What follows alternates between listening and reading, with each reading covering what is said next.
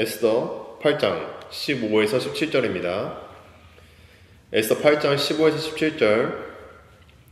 원래 자연스럽게 6장 2절부터 10장 3절까지 마지막 절까지 이제 나누는 시간인데, 오늘은 이 본문에서 정하고 에스더서는 오늘 마무리하고 다음 주부터 빌립보서 나누도록 하겠습니다. 자, 본문 다 찾으셨죠? 제가 봉독해 드리겠습니다. 하나님의 말씀을 들으십시오. 모르드게가 푸르고 흰 조복을 입고 큰 금관을 쓰고 자색 가는 배 겉옷을 입고 왕 앞에서 나오니 수산성이 즐거이 부르며 기뻐하고 유다인에게는 영광과 즐거움과 기쁨과 존귀함이 있는지라. 왕의 어명이 이르는 각 지방 각 읍에서 유다인들이 즐기고 기뻐하여 잔치를 베풀고 그날을 명절로 삼으니 본토 백성이 유다인에 두려워하여 유다인 되는 자가 많더라. 아멘. 네, 오늘 이제 설교에 들어가기 전에 잠시 저번 주에 나눴던 설교를 복기해 보자면, 에스더라는 이 책 자체가 말도 많고 타협도 많은 책입니다. 정경에 들어오는데도 많은 논란이 있었고, 칼빈이나 루터 같은 종교 개혁자들도 에스더서를 좋게 생각하지 않았습니다. 하나님의 이름이 한 번도 등장하지 않고요, 또 오늘날 다시 읽기에도 윤리적으로 문제가 되는 지점들이 많이 보입니다. 또 한편으로는 유대인 우월주의처럼 보이기도 하고, 또 복수를 행하는데 그 복수가 한 명에 대한 복수가 아니라 거의 학살이 자행되기도 합니다. 여튼 이런 이야기인데도 불구하고 정경에 에스더서가 들어간 이유는 보이지 않는 하나님의 섭리가 드라마틱하게 나타난다는 것이죠. 하나님의 이름이 한 번도 나오지 않음에도 불구하고 말입니다. 오늘은 이제 불임절에 대해서 이야기를 할 건데요. 불임절에 대해서 이야기를 하면서 하나님의 섭리에 동참한다는 것이 어떤 것인지 나눠보려고 합니다. 결론은 뭐냐면, 에스더서가 보여주는 것처럼 하나님의 섭리나 역사가 보이지 않는 것 같아도 우리는 행동하고 결단해야 된다는 것입니다. 먼저 이제 불임절부터 한번 살펴볼게요. 유대인들의 절기들은 이제 다 모세오경에 기록되어 있어요. 유월절 같은 거 있죠? 근데 유일하게 기록되지 않는 절기가 바로 불임절입니다. 불임절은 하만의 음모에서 벗어난 이스라엘 백성들이 이제 전화위복하는 운명을 기념하는 날입니다. 이게 이제 원어로 보면은 히브리어로는 푸림이고요, 푸림. 이게 이제 푸르의 복수형이에요. 푸르는 뭐냐면 제비뽑기거든요. 푸림은 그것의 복수형이고, 왜 제비뽑기냐면 하만이 제비뽑기를 해서 유대인들을 죽이려고 했거든요. 그 날짜를 잡아가지고 죽이려고 했습니다. 성경 말씀 한번 볼게요. 3장 7절입니다. 제가 읽어드릴게요. 3장 7절. 아하수에로 왕 제12년 첫째 달 곧 니산월에 무리가 하만 앞에서 날과 달에 대하여 부르 곧 제비를 뽑아 12째 달 곧 아다로를 얻은지라 해서, 이때 이제 죽이겠다, 12월 13일 날 죽이려고 했다라는 것이 이제 제비를 뽑아서 죽이려고 했다는 것을 이제 보여주는 거죠. 근데 오히려 하만이 이렇게 죽이려고 했던 이스라엘 백성들이 구원을 얻었고, 그리고 그것을 기념하는 게 바로 불임절입니다. 이제 하만이 죽고 나서 에스더한테 물어요. 그래서 하만의 칙령을 철회해달라고 이제 에스더가 말합니다. 그래서 12월 13일에 유대인들은 학살당하게 되는 그 맥락에서 그거를 이제 철회하게 되죠. 그리고 그 곁에 있던 모르드게가 이제 새로운 칙령을 선포하게 되는데, 그 칙령이 뭐였냐면 12월 13일에 유대인들이 죽는 게 아니라 유대인들을 죽이려고 했던 그 상대방을 죽이려는 것을 보여주는 거죠. 그래서 12월 13일에 유대인들은 이제 복수를 강행하게 됩니다. 그때 이제 500명이 죽고 하만의 아들들도 다 죽습니다. 그리고 나서 에스더한테 이제 왕이 한 번 더 물어봐요. 이제 또 뭘 더 해줄까? 그랬더니 에스더가 오늘 같은 날을 하루 더 연장하게 해달라. 오늘처럼 유대인들이 그런 일을 하게 해달라고 하면서, 어떻게 보면 학살을 다시 이제 정당화하는 것들을 이제 보게 되죠. 그리고 하만의 아들들을 거꾸로 나무에 매달아 달라고 합니다. 하루 더 시간을 줬더니 유대인들이 이제 사람들을 300명 더 죽이고, 이제 지방에서까지 다 합치니까 7만 5천 명이 다 죽었다고 합니다. 완전 대학살이 벌어진 거죠. 그리고 이제 하만의 아들들은 어쨌든 나무에 매달려 죽습니다. 이거는 이제 망자에 대한 최대한의 모욕이었는데요. 하나님의 백성을 무시하는 사람들의 말로를 이제 이 저자가, 에스더서의 저자가 보여주는 것 같습니다. 그리고 나서 그럼 이제 13일날 하고 14일 한 번 더 그런 학살과 하만의 아들이 죽고 나서 15일에 이제 모에서 승리를 자축합니다. 이게 불임절의 유래입니다. 근데 여기서 재밌는 게 있습니다. 12월 13일, 14일에 이제 학살이 벌어졌잖아요. 근데 이제 이거를 얘기하는 그 모르드게가 다시 칙령을 선포했던 게 3월이에요.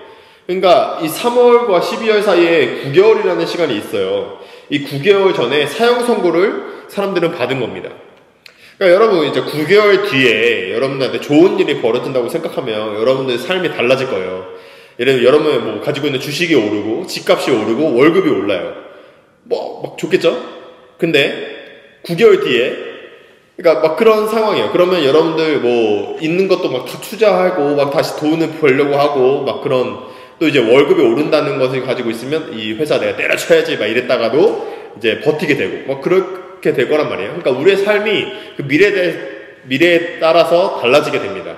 그렇죠? 근데 부정적으로 9개월 뒤에 내가 만약에 여러분이 가지고 있는 재산이 다 뺏기고 막 심각한 신체에 문제가 생긴다면 어떻게 할까요? 그리고 만약에 여러분이 죽는다면 어떻게 할까요? 바로 오늘 여러분의 삶은 매우 달라질 것입니다.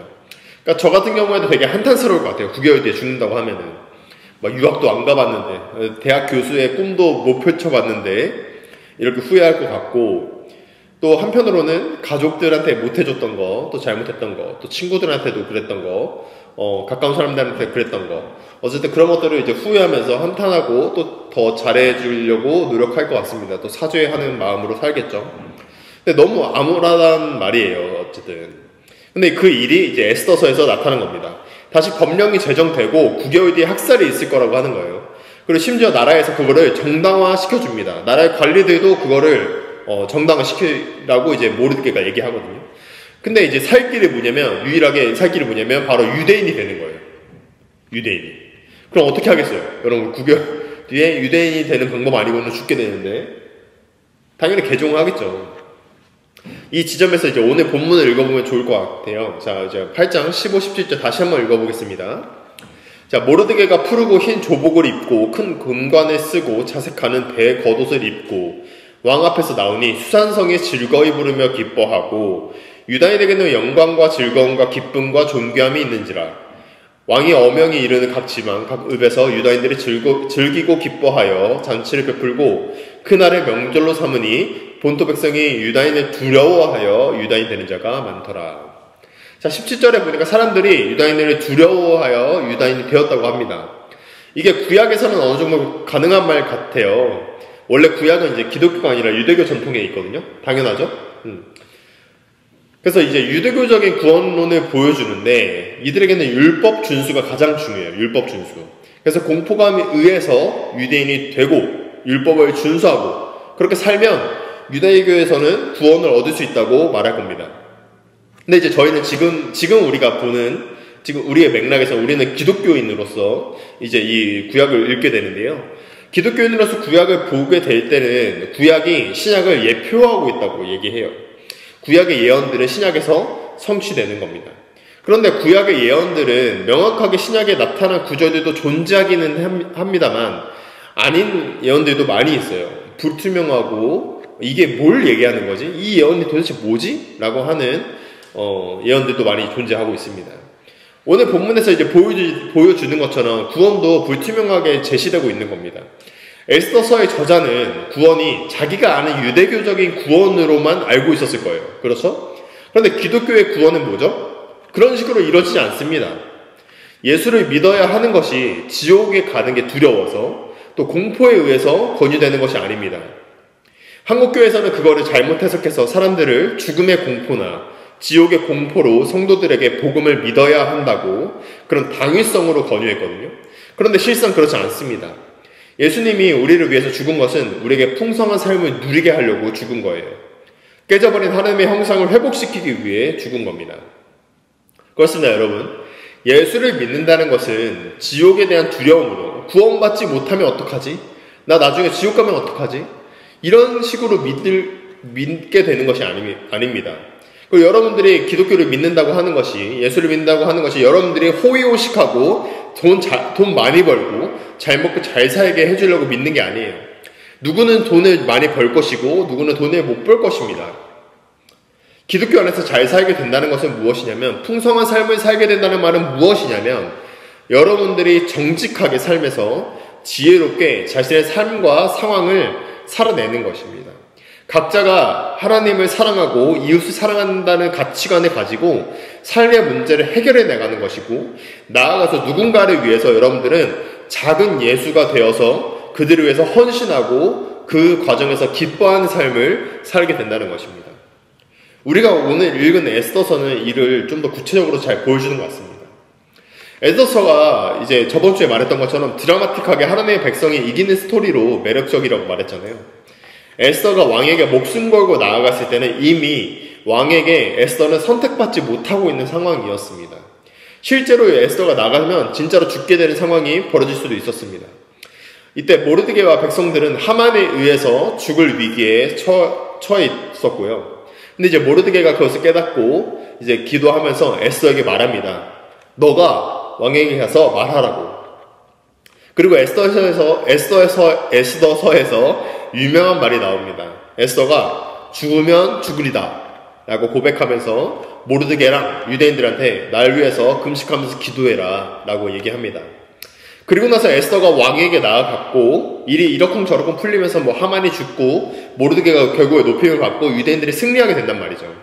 근데 이거는 드라마입니다. 말 그대로 이제 드라마틱하죠. 실제로는 에스더가 나아갔을 때 그냥 죽을 수도 있었어요. 개죽음 당할 수도 있었습니다. 그리고 모르드게랑 유대인들도 다 죽었을 수도 있습니다. 우리의 인생은 원래 드라마틱하지 않습니다. 여기서 가장 드라마틱한 포인트가 무엇이냐면 바로 에스더의 고백입니다. 에스더가 죽으면 죽으리다 라고 하고 죽었어도 드라마틱한 겁니다. 중요한 건 에스더와 모르드게와 백성들의 결단이었다는 겁니다. 하나님의 계시나 말씀에 따라서 수동적으로 움직인 게 아니라 자신들의 결단을 가지고 능동적으로 그 행위를 한 겁니다. 하나님은 여러분에게 직접 말씀하시거나 초자연적인 계시를 보여주시지 않습니다. 그럼에도 불구하고 여러분들과 함께 하시면서 그 하나님의 섭리에 여러분을 초청하시고 함께 하기를 원하시는 겁니다. 모르드게가 에스더한테 얘기를 할 때 뭐라고 하냐면 너가 왕에게 나아가지 않는다고 하더라도 하나님께서는 다른 사람을 세워서 하나님의 일을 하실 거다라고 얘기해요. 물론 이제 개혁개정판에서는 좀 다르게 나오는데 어쨌든 원어로 보면은 이 맥락에 가깝습니다. 하나님께서 자신의 일을 위해서 누군가를 다시 선택해서 그 일을 하실 거라고 얘기한단 말이에요. 자, 많은 분들이 이제 아시겠지만 많은 분들이 이 소설에 대해서 아시겠지만 제가 좋은 소설을 하나 소개하려고 합니다. 하나님의 섭리가 보이지 않고 느껴지지 않을 때라도 언제나 우리는 하나님과 함께, 그리고 하나님께서 언제나 우리와 함께 계시다는 것을 보여주는 소설입니다. 이제 벌써 눈치채신 분들도 있는데 엔도 슈샤쿠의 침묵이라는 소설입니다. 이 책은 일본에 선교하러 온 신부들의 이야기인데요. 그들은 밖에 속에서 복음을 전하면서 밖에 속에서 복음을 전하는데도 하나님께서 어떠한 역사도 어떠한 초자연적인 계시도 이게 보여지지 않는 것을 보면서 그런 침묵하시는 상황을 계속 보게 됩니다. 그리고 이제 주인공 로드리고 신부는 자신의 선배가 순교하지 않고 오히려 배교하는 모습을 목격하면서 더 극심한 딜레마에 빠지게 됩니다. 그리고 이제 마지막 로드리고 신부가 어떤 상황에 처하게 되냐면 자신이 배교하지 않으면 성도들이 계속 고문을 당하는 상황에 처하게 되는 거예요. 주인공 로드리고 신부는 예수의 그림을 발로 밟고 지나갈 수밖에 없었겠죠. 근데 이제 그 상황에서 이제 마지막 장면이 나타나게 됩니다. 이때 예수의 음성이 신부에게 들립니다. 읽어드릴게요. 뭐라고 얘기하시냐면 밟아라. 성화를 밟아라. 나는 너희에게 밟히기 위해 존재하느니라.